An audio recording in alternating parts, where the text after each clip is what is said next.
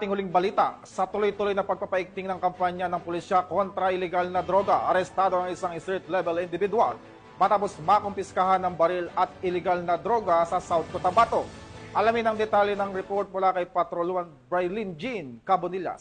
Ng mga otoridad ang ilegal na droga at baril sa isang street-level individual sa isinagawang buy-bust operation sa Barangay GPS, Coronadal City, South Cotabato. Nito lamang ika-22 ng Hulyo, 2025. Kinilala ni Police Lieutenant Colonel Peter L. Pinalgan Jr., hepe ng Coronadal City Police Station, ang suspect na si alias Bugoy, 30 taong gulang, isang vendor at residente ng poblasyon Tantangan, South Cotabato. Tandang alas 9 ng gabi nang isinagawa ng mga tauhan ng Coronadal City Police Station kasama ang South Cotabato Provincial Police Drug Enforcement Unit at 1st South Cotabato Provincial Mobile Force Company ang buy-bust operation kung saan naaresto ang suspect.